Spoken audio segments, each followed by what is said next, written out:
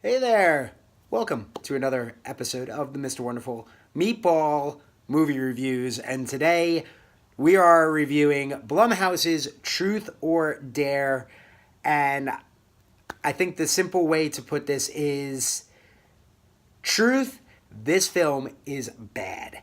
It is horrible. If you are not aware, the synopsis of this film and the basis of this film is pretty simple. Group of college friends, they go off to Mexico, final spring break, hurrah. Olivia ends up meeting a guy at the bar. He takes him to an old church. They play a game of Truth or Dare. A demon possesses the game. One by one, they start dying, Final Destination style. And, that old wives' tale. And I mention Final Destination because you can see that this film was probably inspired by Final Destination, but not in the good way. In the sense of Final Destination is fun because while the characters are lazy and not really anything you care about, you go to those films because there is still some strong connection to the characters at moments for those films. They're not great movies, but you go because you're there for the deaths. And I know that's weird to say and probably not a good thing to say, but that's why you go to see certain horror movies at times. And this is a film that is. I use that comparison to Final Destination because it has that same premise that one by one they are being approached by the way that they played the game. And one by one, you either tell the truth, live, do the dare, live, or you don't pick, and you die. That's it. Very similar to Final Destination. You survive death, but death is coming after you one by one in the order that you were supposed to go in anyway. But you don't get that fun in Truth or Dare the way you do with, especially like a Final Destination 5, when it was hitting the end of the franchise there and they were getting really weird. You don't have that fun with this movie, though. And it's not that this movie doesn't try. Oh, it tries to be fun and be corny and be cheesy and be campy, but it misses at every single turn and every attempted twist it tries. This is a film that, like, just to give you an example of some of the corniness that this film goes for, that isn't funny and won't leave you laughing, will just leave you kind of like, did you really do that? At one point, one of the characters might literally say to somebody, do it. I dare you. Oh, and at that moment, it's just so frustrating when they do that in the movie. I mean, there's a lot to not like about this film, and there's a lot of things wrong with it, and the non-campiness is part of it. The fact that they just miss the ball on it, when that's part of the fun of what has been a lot of Blumhouse films so far. Happy Death Day was fun because of the campiness. Get Out was great, not because of campiness, but because of the tone that Get Out took, and that's the issue here with Blumhouse being attached to it as well, is that you've come to know them in the horror world and the horror community as great films. Like, they produce good horror films. They produce good movies in general, because people forget they're the studio behind Whiplash, which was one of the best movies I've seen in about the last 10 years. But still, at the end of the day, Blumhouse attaching their name to it means that they saw something behind it, but this film doesn't hold anything behind it. Characters are unforgettable.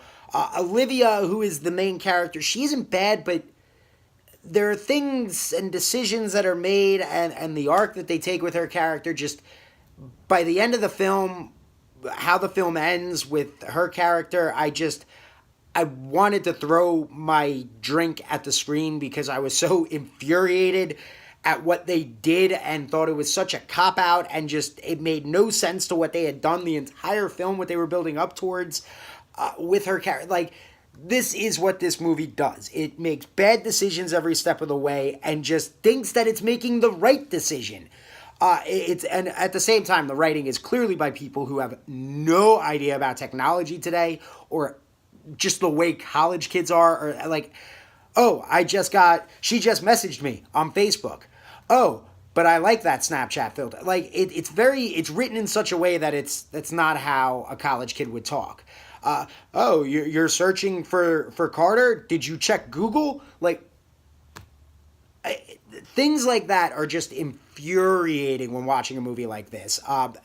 At any attempt at trying to be scary, it's not there. Every jump scare you can see coming from 10 steps before they even get there. I can't think of any moment in this film where I even thought about jumping or had a slight motion of a, oh, you kind of got me on that. There's not even one of those moments in this. Even for the most scared of the scary movie folks, you won't find anything in this film that makes you jump. And if you do, I'm sorry that I'm kind of calling you out like that then. There's a little bit of this film to like. It does have a little bit of charm at moments. It does have some fun to it at times. It did one specific moment. There is a dare that did pull me out of my seat for a while, and I did kind of do the slow move forward as it was progressing, because I wasn't sure how it was going to go. I just wasn't sure really how that one was going to end. But for the most part, I felt like I should have napped for the hour and 40 minutes. And that's the other thing. It clocks in at around an hour and 40 minutes. It feels like an hour and 40 minutes. So besides a couple moments here and there and some glimmers of hope, and more specifically, one specific moment that really could have helped the movie and been one of those moments of, well, it had this, they used as an off-camera kind of throwaway with one of the characters where he got asked truth or dare. They cut away from him and he just walks back in. He's like, oh, I just had to tell this. And I don't want to give it away in case you do see the movie, but it kind of could have given the film a little bit of heart at that moment. And it kind of could have really played out very well and really given a little bit of drive and a little bit of character development and a little bit of kind of love behind these characters, that when it ultimately became that character's demise, I didn't care. And that's the thing. I don't care about this film. You shouldn't care about this film. I give this film 1 out of 5 meatballs. Should you see it in theaters? Absolutely not. If you are really interested in seeing a horror movie and seeing a good scary movie, go see A Quiet Place, especially because when you have both films rated at PG-13 and what A Quiet Place did compared to what this film does, Truth or Dare, it's no comparison. Spend your money on a better horror movie, but definitely save it if you were thinking about this one. I'll be back with you guys again in next movie review. Looks like it's going to be Isle of the Dogs, and probably dropping that video sometime tomorrow as well. So remember, subscribe. You can always follow me on Twitter at wonderful_radio. I love to tweet, so you can get at me directly there. And please keep giving me your feedback. I love the feedback I've gotten off of the first video. And go back and check out that video as well. I reviewed The Rock's new game movie, Rampage, so you can give that a check out as well. See what I said for that film, and I look forward to doing more of these for you. So thank you guys, and have a great night.